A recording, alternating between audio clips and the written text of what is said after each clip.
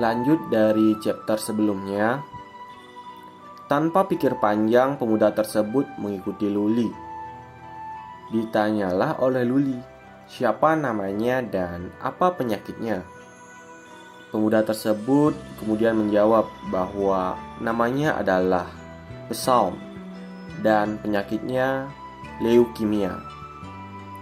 Bukankah dengan penyakit itu harusnya kau beristirahat di rumah? Apa yang dicari di luar? Keluargamu pasti khawatir. Tanya Luli kembali. Aku baik-baik saja, dan aku telah memutuskan hubungan dengan keluargaku agar dianggap mati. Jawab Psalm. Dalam hatinya, Luli memuji keputusan Psalm dan kemudian memberikan ujian kepada Psalm dengan mempercepat waktu 100 kali. Tentu hal tersebut membuat Psalm kebingungan dengan apa yang terjadi. Luli menjelaskan bahwa ia adalah seorang penjual waktu. Aku bisa menambah masa hidupmu, tapi tentu ada harganya, yaitu kesetiaan dan kebebasan, kata Luli sambil memperlihatkan sisa hidup Psalm. Psalm kemudian tenang dan berpikir, serta menilai keadaan. Kau, apa yang kau rencanakan? Tanya Psalm pada Luli.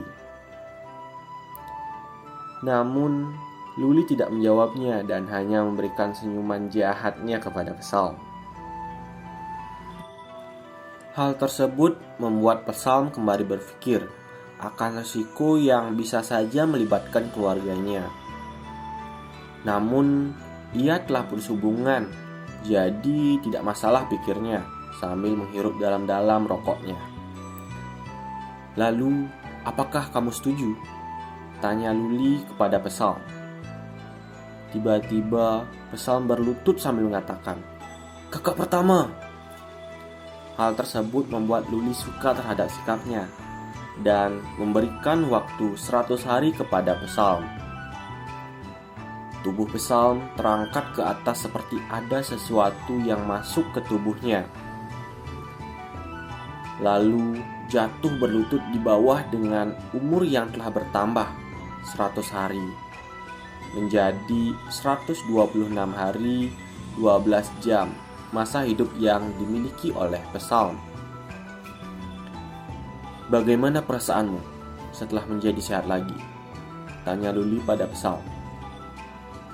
Merasa dirinya telah bertambah bugar, Psalm langsung bersujud di depan Luli dan berkata, "Kakak pertama, mulai sekarang aku adalah pedang dan peliharaanmu.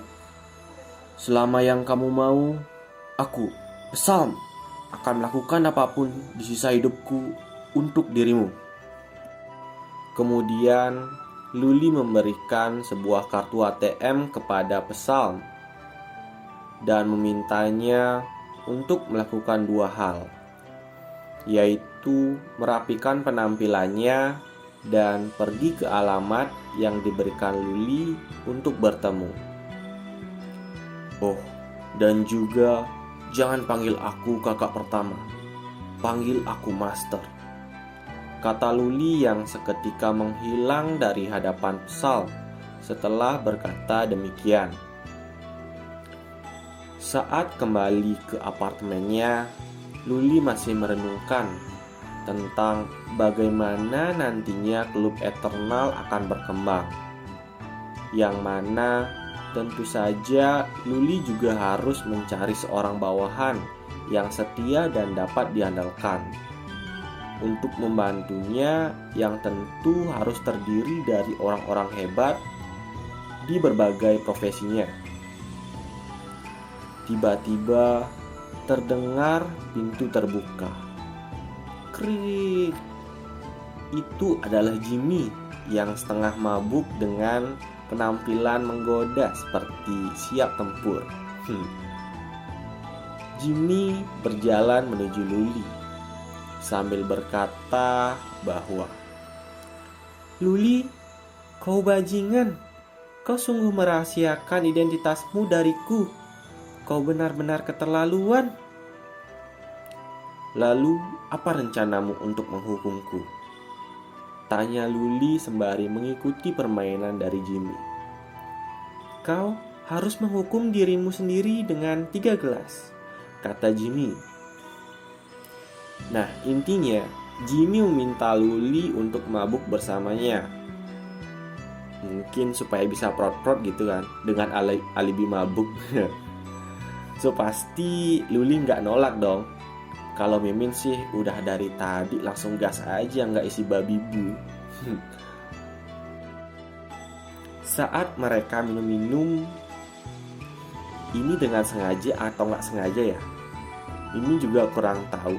Tapi seharusnya sih dengan sengaja. Jimmy menumpahkan anggurnya di baju Luli, yang mana kemudian Jimmy berinisiatif untuk membersihkannya, tapi menggunakan lidahnya. Kalau Mimin di posisi Luli kayaknya udah keringat dingin deh tuh, dijilat-jilat gitu. Nah, melihat perlakuan Jimmy tersebut, Luli langsung membopongnya ke ranjang. Seketika Jimmy malu dan meminta maaf atas tindakannya barusan. Sambil ingin menjelaskan, namun hal itu dicegat oleh Luli. Sambil mendekatkan bibirnya ke bibir Jimmy, hingga hal yang kalian, para otak ngeres, pikirkan terjadi. Keesokan paginya, Luli sudah duduk di sofa, yaitu sambil mencari sesuatu di laptopnya, yang dikejutkan dengan Jimmy yang baru bangun dengan menggunakan kemeja saja. Ya, habis tempur tadi malam tuh. Dan berkata bahwa ia telat untuk masuk kantor. Kemudian Jimmy ditenangkan oleh Luli. Jangan khawatir, aku sudah menelpon kantormu agar kamu diizinkan libur hari ini. Kau sebaliknya beristirahat saja hari ini. Lalu Jimmy mendekat ke Luli dan mengucapkan terima kasih dengan pipi merah sambil berkata, aku tidak tahu bagaimana membalasnya. Aku lapar. Sekarang saatnya menguji kemampuan masakmu, jawab Luli secara tiba-tiba. Tentu hal tersebut diiyakan oleh Jimmy sambil tersenyum. Aduh, Jimmy dari belakang udah kayak pemain film Jepang aja, yang adegannya lagi masak ceritanya.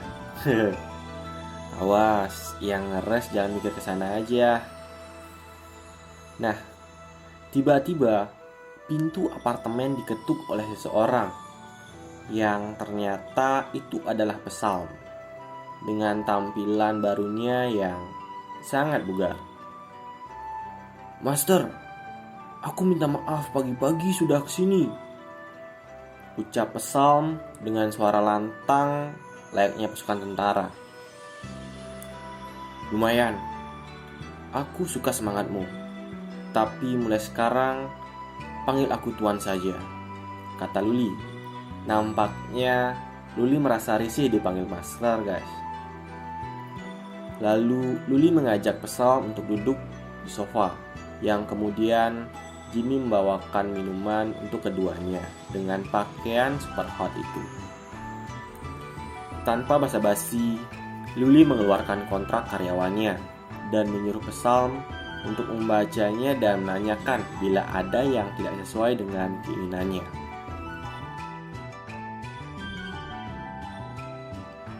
Ini adalah kontrak karyawan.